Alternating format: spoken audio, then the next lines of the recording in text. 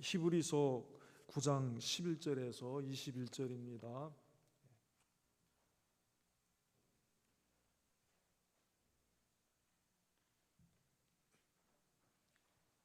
히브리서 9장 11절에서 21절 다 같이 받들어 읽겠습니다.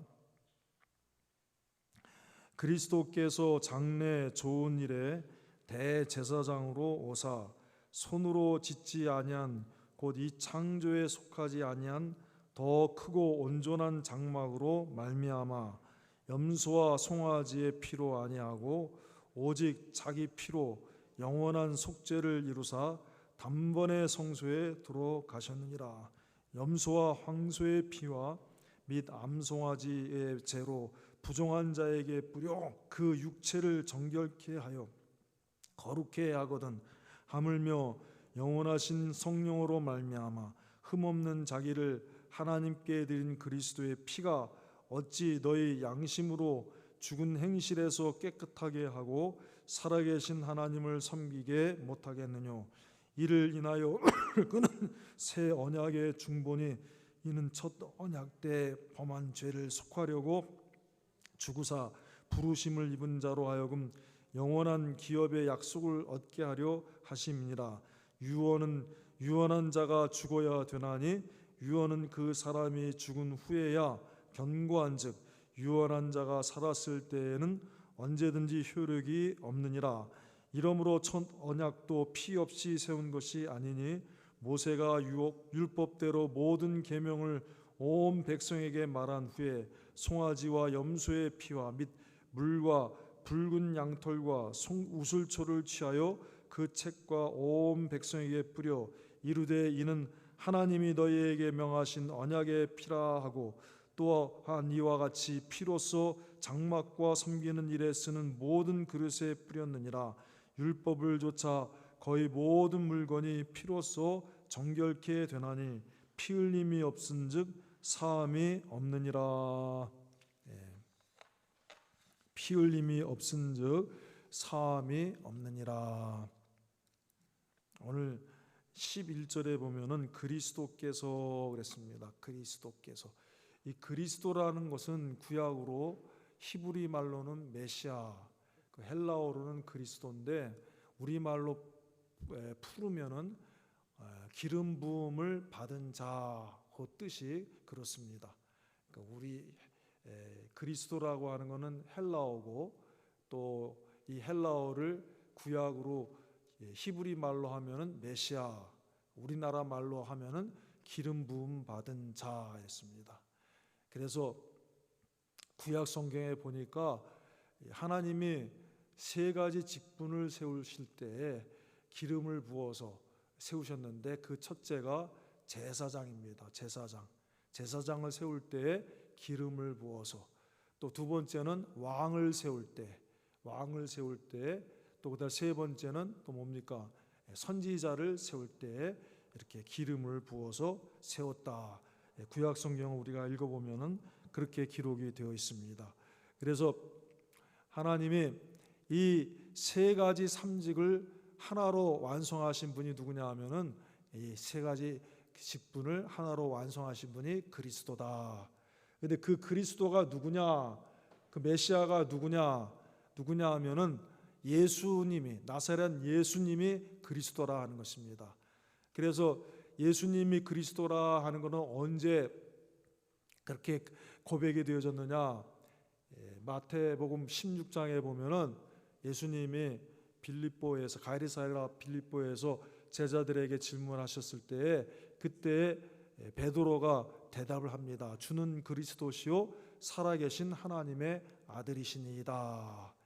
그 당시 예수님을 보고서 그리스도인지 아닌지 이 확신하는 게 쉽지 않은 거예요. 고백을 하는 게 쉽지 않은 거예요.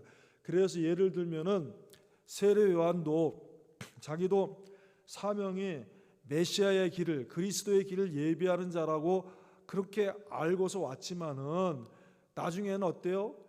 요한이 제자들을 보내서 정말 당신이 우리가 기다려야 되고 있는 그리스도이십니까? 하고 물어볼 정도로 그것은 무엇을 반영하냐면은 그 당시에 많은 사람들이 예수님을 우리가 기다리고 있는 메시아냐, 우리가 기다리고 있는 그리스도냐 하는 것을 정말 믿기가 어려웠다는 거예요. 근데 예수님은 그것을 깨닫게 하시기 위해서 어때요? 표적으로, 이적으로 보여주셨습니다. 많은 병자들을 고치시고 죽은 자를 살리시고, 그리고 하나님의 백성들이 광야에서 만나를 먹은 것처럼 오병이어로 물고기 2마리와 떡 5개로 5,000명을 먹이시고 12강지 남기시면서 내가 곧 생명의 떡이다 하면서 이런 모든 것들을 통해서 하나님의 그리스도이심을 보여주셨다 하는 것입니다. 그래서 이제 예수님이 그리스도이신데 좋은 일의 대제사장으로 오사 손으로 짓지 아니한 곧 이 창조에 속하지 아니한 더 크고 온전한 장막으로 말미암아, 여기 장막은 성전을 말합니다. 하나님이 계신 성전을 말하는데 하나님께서 모세를 통해서 주신 이 창조에 속한 사람의 손으로 지어서 만든 이 장막이 아니라 이제는 하나님이 거하시는 영원한 그 하나님 나라에 거기에 들어가셔서 제사를 드려야 되기 때문에 사람의 손으로 지은 이 장막에는 송아지와 염소와 이 양의 피로써 제사를 드렸지만 더 좋은 것으로, 더 나은 것으로 드려야 되기 때문에 그 영원한 성전에 드려야 될 그 제사는 친히 자기가 오셔서 단번에 죽으심으로 제사를 드렸다. 그러므로 이 창조에 속한 사람의 손으로 지은 이 장막에서 드렸던 모든 제사가 예수님이 십자가의 죽으심으로 말미암아 완전히 성취되어졌다 하는 것입니다. 그것이 이 히브리서의 이 9장 11절 이하의 말씀이에요. 이걸 알고서 읽어야지만이 이 말씀이 깨달아지는 거예요. 그래서 다시 한번 11절 봅시다. 그리스도께서 장래 좋은 일에 대제사장으로 오사 손으로 짓지 아니한 곧 이 창조에 속하지 아니한 더 크고 온전한 장막으로 말미암아, 그 장막이 있기 때문에 말미암아라 하는 것은 때문에 원인을 말하는 겁니다. 그것 때문에 뭐냐, 더 좋은 장막이 뭐냐면 하나님이 계신 영원한 하늘나라의 장막, 성전, 그것 때문에 염소와 송아지의 피로 아니하고 오직 자기 피로 영원한 속죄를 이루사 단번에 성소에 들어가셨느니라. 그래서 이제 예수님이 이 단번에라고 하는 것은 무슨 의미가 있냐면은 한 번으로서 완성되는 거예요. 구약의 모든 제사는 소와 양과 염소 또 드리고 또 드리고 또 드리고 계속 드렸는데 누구 오실 때까지? 그리스도이신 메시아이신 예수님이 오셔서 이루실 때까지 계속 드린 거예요. 그러다가 이제는 예수님이 오셔서 단번에 자신을 제물로 삼아서 제사 드렸기 때문에 이제는 완성이 되어졌다, 성취가 되어졌다. 그게 그 뜻이 있는 거예요. 12절에 염소와 송아지의 피로 아니하고 오직 자기 피로 영원한 속죄를 이루사 단번에 성소에 들어가셨느니라. 그래서 이 단번이라고 하는 거는 재차 2번, 3번 할 필요가 없다는 거예요. 그러니까 단번에 완성이 되었다, 성취가 되었다, 더 이상 드릴 필요가 없다, 구약의 모든 제사가 완성이 되어졌다 하는 것입니다. 그래서 예수님이 십자가에 못 박혀 죽으실 때 마지막에 하신 말씀이 뭐예요? 십자가에서 7마디 말씀하셨다. 그래서 가상 7원이라고 하는데 그 가상, 십자가 위에서 7가지 말씀을 하셨는데 그 중에 첫 번째가 뭐냐? 목마르다. 목마르다. 그런 게 있어요. 목마르다. 그런 게 있는데 마지막으로 하신 말씀이 뭐냐 하면은, 그것이 뭐냐 하면은 저거예요. 이제 다 이루었다 하는 거. 다 이루었다. 그래서 다 이루었다 하고 그 영원히 떠나가시다 했을 때 어때요? 구약의 성전에 있었던, 예루살렘 성전에 있었던 지성소와 성소를 가로막고 있던 그 휘장이 위로부터 아래로 쫙 갈라졌어요. 사람의 찢은 거 아니에요. 저절로 예수님이 다 이뤘다 운명하실 때 아무도 손대지 않았는데 거기에 있던 그 지성소와 성소를 가로막고 있던 그 휘장이 쫙 길이 열어졌다는 거예요. 길이더라. 누구든지 이제 예수님을 믿고 의지하면은 이 그리스도의 피로서 하나님께 나아갈 수가 있다는 거예요. 그래서 예수님이 뭐라고 하셨냐면 내가 곧 길이요 진리요 생명이라고 하신 거예요. 나로 말미암지 않고는 아버지께로 올 자가 없느니라. 그러니까 하나님께로 나아가려고 하는 길이 되었다는 거예요. 그래서 이제 그 길이 확 열어진 거예요. 그래서 단번이라고 하는 게 이런 뜻이 있는 것입니다. 단번에 속죄를 이루셨다. 단번에 13절 염소와 황소의 피와 및 암송아지의 젖으로 부정한 자에게 뿌려 그 육체를 정결케 하여 거룩케 하거든 하물며 영원하신 성령으로 말미암아 흠없는 자기를 하나님께 드린 그리스도의 피가 어찌 너희 양심으로 죽은 행실에서 깨끗하게 하고 살아계신 하나님을 섬기게 못하겠느냐.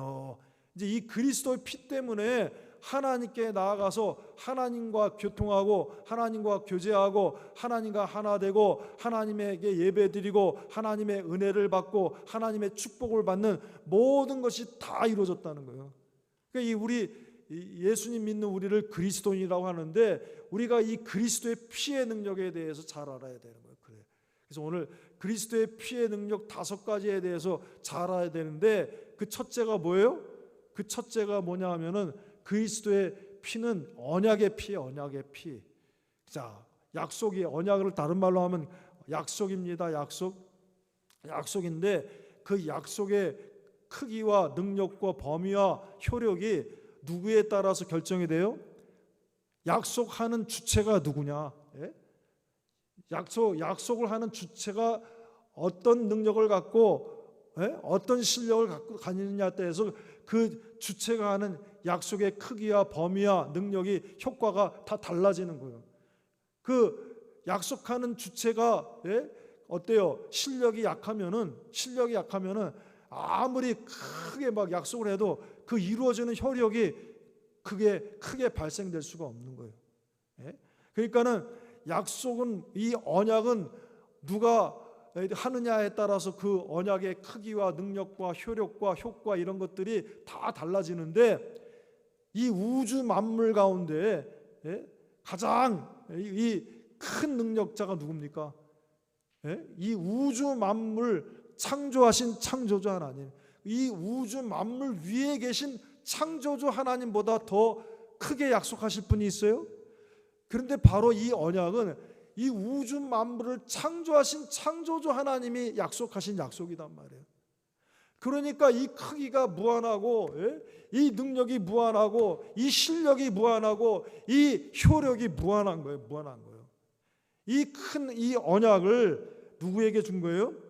우리에게 주는데 누구를 통해서? 그리스도의 피를 통해서.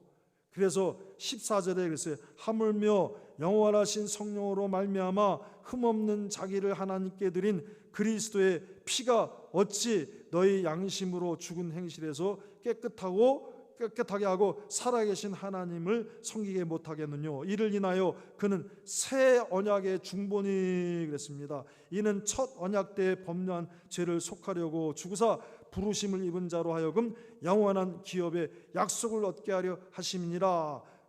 유언은 유언한 자가 죽어야 되나니. 자, 이래서 여러분 약속 중에 제일 큰 약속은 유언입니다. 마지막 이 유언은 누가 하느냐에 따라서 결정이 되어지는데 그 유언이 아무리 좋게 써 있어도 그 유언을 한 사람이 죽지 않으면 효력이 발생해요. 죽을 때까지 그 유언은 효력이 안 되는 거예요. 발생이 안 돼. 그래서 이번에 우리 모 성도님이 그 유언장 하나라도 있었으면 그 유언대로 효력이 막 발생이 돼갖고 잘 됐었을 텐데 그거 없으니까 막 힘들었단 말이에요. 그래서 유언이라고 하는 거는 이 유언을 쓴 사람이 죽어야 돼.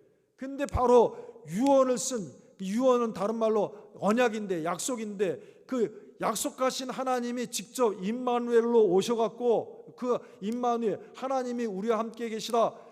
성부 성자 성령 이 하나님이 이 임마누엘로 성자로 오셔갖고 그 약속하신 그 하나님이 그 언약을 하신 유언하신 그 하나님이 직접 자기가 십자가의 죽으심으로 이루어진 것이 우리의 구원이라는 거예요. 우리의 구원. 그러니까 얼마나 이 효력이 발생되게 하기 위해서 이 효력 약속하신 하나님의 그 약속에, 구원의 약속에, 우리에게 주신 그 영원한 축복의 그 은혜를, 효력을 발생하시기 위해서 친히 주님이 오셔서 십자가에 죽으신 거란 말이에요. 그러니까 우리가 이 예수님의 죽음 가운데는 이런 의미가 있는 것을 우리가 알아야 되는 거예요. 16절 다시 한번 읽겠습니다. 유언은 유언한 자가 죽어야 되나니 유언은 그 사람이 죽은 후에야 견고한즉 유언한 자가 살았을 때에는 언제든지 효력이 없느니라. 내가 유언을 썼어요.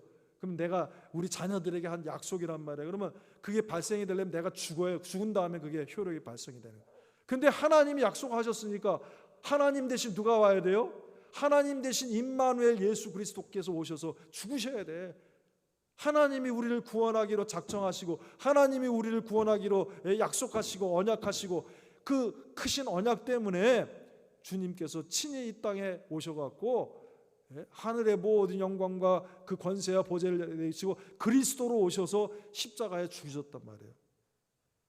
18절입니다. 이러므로 첫 언약도 피 없이 세운 것이 아니니 모세가 율법대로 모든 계명을 백성에게 말한 후에 송아지와 염소의 피와 및 물과 붉은 양털과 우수초를 취하여 그 책과 온 백성에게 뿌려 이르되 이는 하나님이 너희에게 명하신 언약의 피라, 언약의 피라 하고, 그리고 피를 뿌렸어요.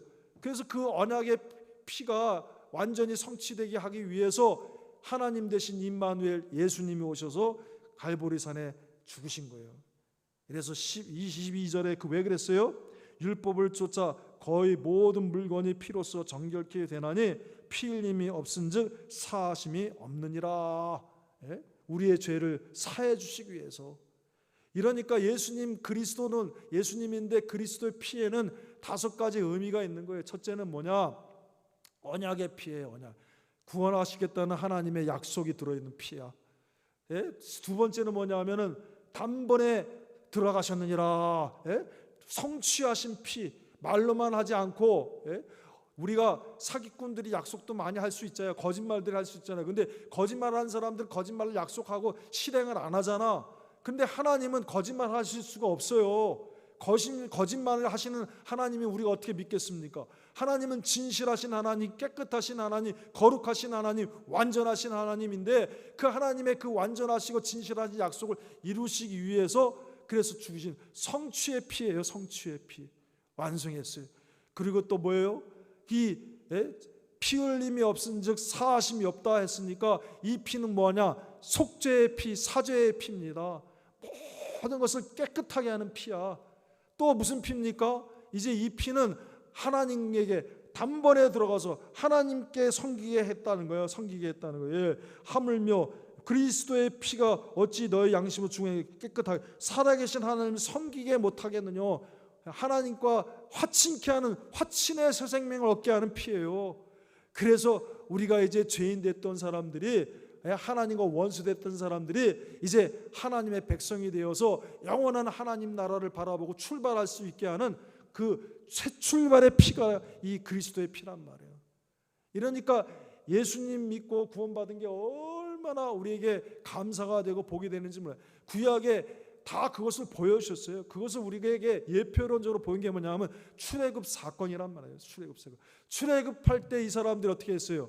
어린 양의 피로써 문설주와 좌우 임방, 죄송합니다. 임방과 좌우 설주에, 임방이라고 하는 거는 이게 임방이고, 그 다음에 좌우 설주가 있고 문 지방이 있잖아요. 지방, 임방, 지방, 좌우 설주인데 임방과 좌우 설주에 피를, 어린 양을 잡아서 피를 뿌리고, 그리고는 그때 무슨 사건이 일어났습니까? 하나님의 심판자를 보내잖아. 심판자가 다 보내는데 어때요? 그 임방과 문설주에 피가 있는 집은 다 패스 오버 지나갑니다. 하나님의 심판이 지나가잖아요. 이게 뭔 보여주신 겁니까? 예수 그리스도의 피가 있는 자는 하나님의 심판이 다 지나가게 된다. 구원을 얘기하는 거예요. 구원받게 된다. 얼마나 우리가 무슨 공로가 있습니까? 아무 공로 없고 그 이스라엘 백성들이 애굽에서 나올 때 피 바른 것 때문에 그렇게 아무 공로 없어도 나온 것처럼 그들이 무슨 총을 들고 칼을 들고 요즘처럼 무슨 싸웠습니까? 바로하고. 싸운 거 아니잖아. 자기네들 막 싸우고 피 흘리고 막 죽었습니까? 그래서 뭐 독립을 쟁취했어요? 아니잖아요. 예? 자기들이 막 칼 들고 창 들고 막 싸워서 피를 흘려서 독립을 쟁취한 거 아니잖아. 요즘 막 아프가니스탄에서 막 탈레반들이 막 싸워갖고 막 이래갖고 했는데, 그때 애굽에서 나올 때 이 사람들은 그런 거 아니잖아. 단순해. 그냥 양을 잡아서 그걸 피를 발랐더니 그것 때문에 구원받고 이 애굽의 바로가 혼이 나갖고 빨리 나가라, 너 빨리 나가라. 그 나온 거예요. 이건 뭐냐? 우리에게 아무 공은 없어도 그리스도 피 때문에 구원받는다 보여주시는 거야, 하나님이. 그리고는 이제 이 사람들이 출발하잖아. 새 출발하잖아요. 애굽에 있었던 생활과는 전혀 다른 생활을 했어요. 애굽에 살 때는 정말 막 핍박받는 생활, 종된 생활, 자기네들의 의사로는 아무것도 할 수 없고요. 죽도록 바로가 시킨 대로, 바로가 정한 대로만 끌려다는 생활했잖아. 우리가 예수님 믿기 전에는 전부 마귀와 죄에 속해서 끌려다는 생활했는데, 이제는 하나님의 사람으로서 거듭나서 어떻게 하든지 하나님의 말씀으로 살라고 하고, 어떻게 하든지 성령의 인도하심으로 살라고 다시 돌이키고, 넘어져도 일어나고 쓰러져도 일어나고 막 일어나고서 소녀야 일어나라, 예수님이 달리다고 하면 막 이렇게 세운 것처럼 예수님을 붙들고 그리스도를 붙들고 또 다시 일어나고 힘을 내고 막 이래 하잖아요. 새 출발이란 말이에요. 새 출발. 모든 출발할 수가 있게 된 것입니다. 그래서 여러분, 우리가 이제 이 은혜가 누구에게 있느냐? 우리에게 있단 말이에요. 우리에게 있기 때문에 이 우리에게 있는 것을 깨닫고, 자기에게 있는 것을 깨닫고, 바울 사도가 뭐라고, 바울 사도를 통해서 하나님 뭐라고 말씀하셨느냐? 로마서 8장 35절에 봅니다. 로마서 8장 35절 같이 읽겠습니다. 읽겠습니다. 시작. 누가 우리를 그리스도의 사랑에서 끊으리요? 환난이나 곤고나 핍박이나 기근이나 적신이나 위험이나 칼이랴. 할렐루야. 아무도 예수님의 피, 그리스도의 피, 그리스도의 사랑에서 끊을 자가 없는 거예요, 여러분. 생각해 보세요. 그리스도가 아까 뭐라고 했어요? 왕이고 제사장이고 선지자라고 그랬습니다. 그런데 구약에 있던 모든 왕과 제사장과 선지자는 다 불완전한 사람들이지만, 이 그리스도 왕, 만왕의 왕이시고 만주의 주시고 제사장 중에 대제사장이시고 선지 중에 참 선지가 됐는데, 이분이 피를 흘려요. 이분이 왜 피를 흘려요? 누구 때문에? 우리 때문에.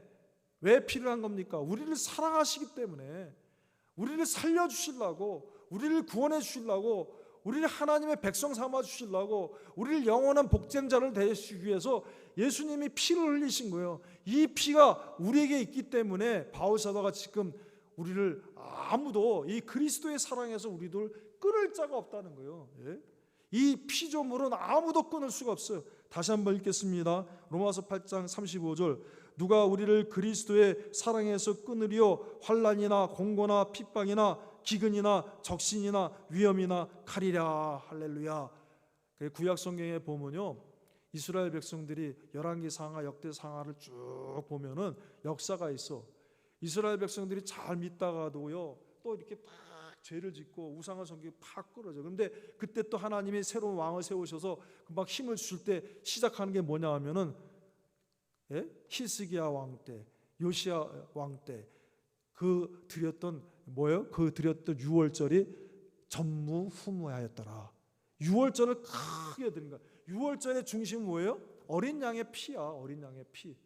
그러니까 다시 말하면은, 우리도 하나님을 믿다가 낙심이 되고 힘이 빠지고 넘어질 때도 있고, 그럴 때 다시 뭘 붙들으라는 거예요?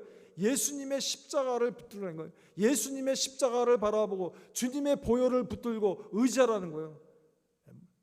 모세가 광야에서 그 뱀을 든 것을 때 같이 예수님 인자도 들려야 하리니 누구든지 저를 믿는 자는 구원을 얻으리라.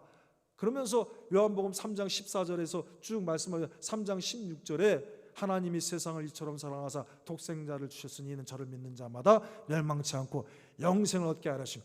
다시 말하면 예수님이 십자가에 들리는 죽으시는 그 안에 하나님의 사랑이 들어있다는 거예요. 하나님이 사랑할 때 대상이 있어야 될 거 아니야. 아무 대상 없이 이 벽을 보고 이 벽동을 보고 사랑하면 그게 사랑이 되겠어요? 사랑이 될 수 없습니다. 아무 대상 없는 사랑은 사랑이 아니야. 온전한 사랑이 아니야. 그 사랑이 대상이 있어야지 사랑이 된단 말이야. 하나님이 세상을 이처럼 사랑하 독생자를 주시는 저를 믿는 자만, 누가 사랑의 대상이, 믿는 자가 사랑의 대상이란 말이야. 예수님이 나의 구주이십니다. 나의 죄를 용서하실 분은, 나의 죄를 씻어주실 분은 예수님밖에 없습니다 할 때 그 사람에게 하나님의 그 사랑이 임하게 되는 거예요. 그러니까 요한복음 3장 16절 앞에 있는 말씀들을 우리가 잘 생각해 봐요. 14절부터 쭉 보면은 모세가 광야에서 뱀을 든 것 같이 인자도 뱀을 들려야 하는데, 누구든지 저를 믿는 자는 구원을 얻으리라 하면서 하나님이 세상을 이처럼 사랑하사 독생자를 주시는 저를 믿는 자마다 구원을 얻으리라. 그러니까 하나님의 사랑은 사랑의 대상이 있는데, 그 사랑의 대상이 누구냐? 예수님을 자기의 구주로 믿는 자, 예수님의 십자가를 바라보는 자, 바라보고 믿는 자. 모세가 광야에 뱀을 들었을 그걸 바라보는 자 다 고침을 받았듯이 예수님이 나를 죄 위해서 십자가가 흘려주셨구나, 그 주님이 그리스도의 피를 바라보고 믿고 의지하는 자에게 하나님의 사랑이 임하는 거예요. 이 사랑이 누구에게 있어요? 믿는 저와 여러분에게 있는 거예요. 그러니까 바울 사도는 뭐라고 하냐? 안심하라, 염려하지 마라. 우리가 아무리 이 세상에 고난을 당하고 환난을 당하고 어려움을 당하고 이래도 낙심치 말라. 34절에 봅니다. 로마서 8장, 누가 정죄하려 죽으실 뿐 아니라 다시 살아나신 이는 그리스도 예수시니 그는 하나님 우편에 계신 자요 우리를 위하여 간구하시는 자신이라. 누가 우리를 그리스도의 사랑에서 끊으리요? 환난이나 공고나 핍박이나 기근이나 적신이나 위험이나 칼이라. 할렐루야.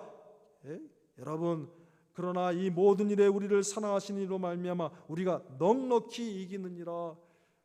구약의 이스라엘 백성들이 국가적으로, 나라적으로, 민족적으로, 개인적으로 약해졌을 때 다시 일어나서 부흥했을 때 꼭 그 전환점이 뭐냐 하면, 구약 성경 읽어보신 분들 알아요. 전무후무하게 유월절 제사를 드리고 다시 시작하는 거야. 다시 그리스도의 피를 바라보는 거야. 다시 이 메시아의 피를 바라보는 거예요. 그러므로 우리가 연약해지고 낙심될 때에 다시 한번 주님의 십자가를 바라보고 힘차게 나가는 저와 여러분이 됩시다. 여러분, 모세도 예수님의 피가 있어야 됩니다. 그리스도의 피가 있어야 됩니다. 왜?